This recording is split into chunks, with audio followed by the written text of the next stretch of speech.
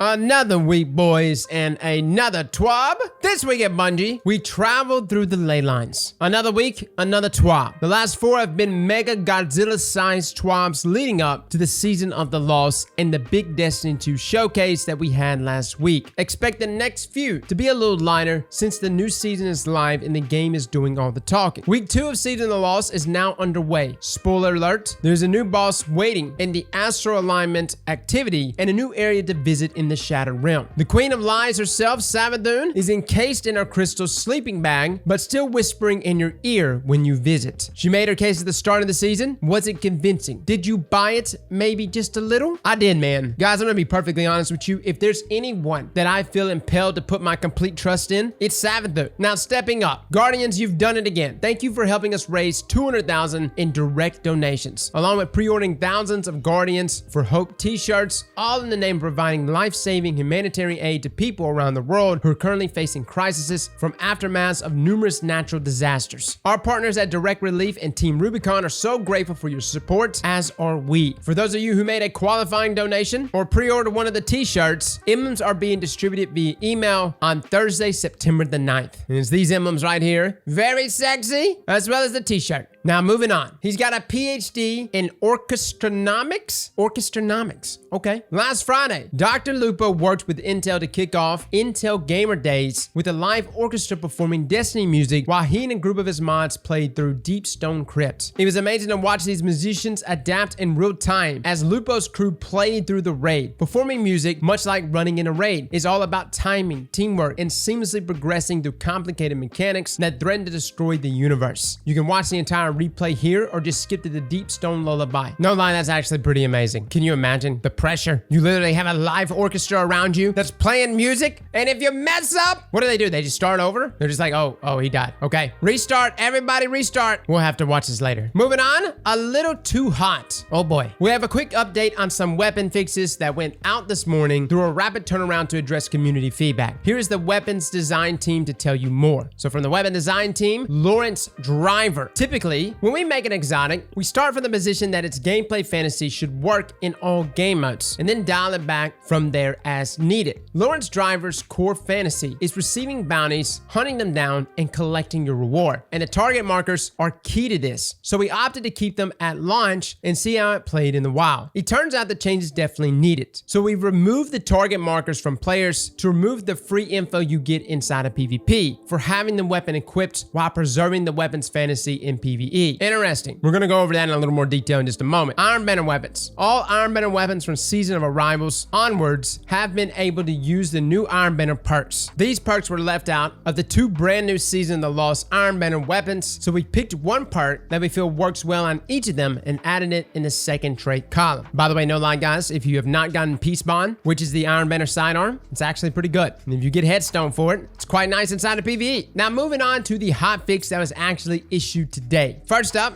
Astro Alignment fixed an issue where the Ether Collection encounter could soft lock when all Ether Wisps were destroyed. They also fixed an issue where objects could be removed when players left the activity while carrying them, which would soft lock the activity. Law Raids. Vault of Glass fixed an issue where Atheon would sometimes summon an invisible barrier to block Guardians from entering the Vault of Glass. Interesting. Now a little more detail on Lorentz Driver. Lorentz Driver will no longer apply a nav point to players in the Crucible that are selected as targets. Targeted players will still have the red glow on their biped and will still drop telemetry patterns when killed. This change does not affect the targeting behavior for PvE combatants. Wow! So it still continues to target inside of PvE, but not PvP. Yo, Bungie is really getting good at separating these things, right? This is on an individual exotic and they're able to do this. I'm impressed. The two perks that were added though to the Iron Banner weapons, and we just brought up Peace Bond, is Iron Reach, and for Forge's Pledge, Iron Grip.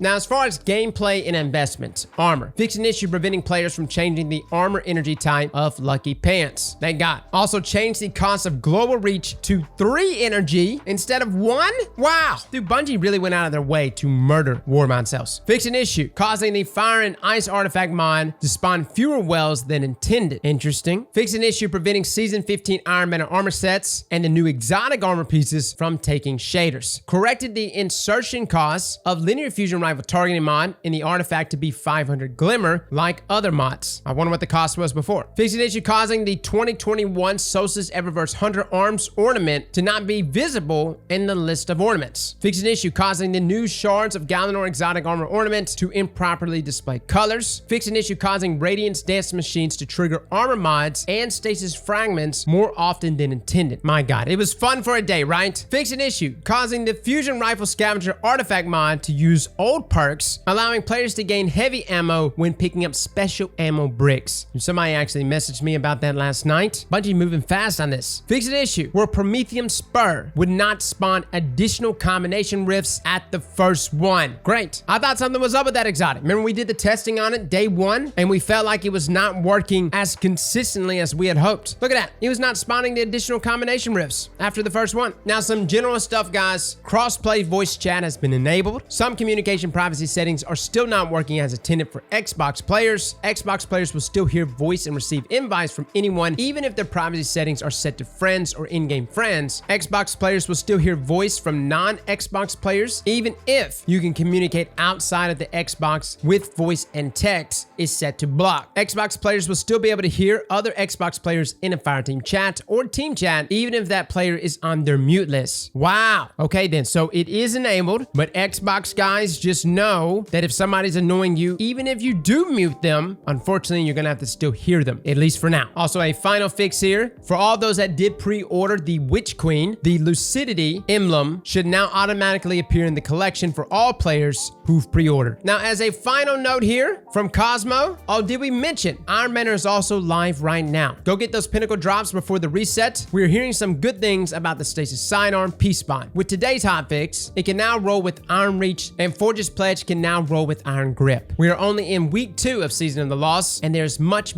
more to come. See you in the ley lines. Cosmo. All right, guys, that is our TWAB for this week. I'm doing some last-minute grinding, but for those wondering, yes, we do have build videos coming. We are going to be cranking out builds left and right, starting this weekend, going into next week. Also, for those interested, Advanced GG actually gave us our own shaker. That's right. I know some of you guys have checked out our nasty flavor. If you're looking for a way to mix any of your drinks, whether it's nasty or even like protein drinks or whatever, this is one of the best shakers I have ever used. It's got one of those mixers at the top that does a really good job of mixing everything. Again, code Aztecross for a discount on all Advanced GG products. So guys, check it out. Fellas and ladies, thank you all for coming and watching. And as always, slap that like button like your mama told you right.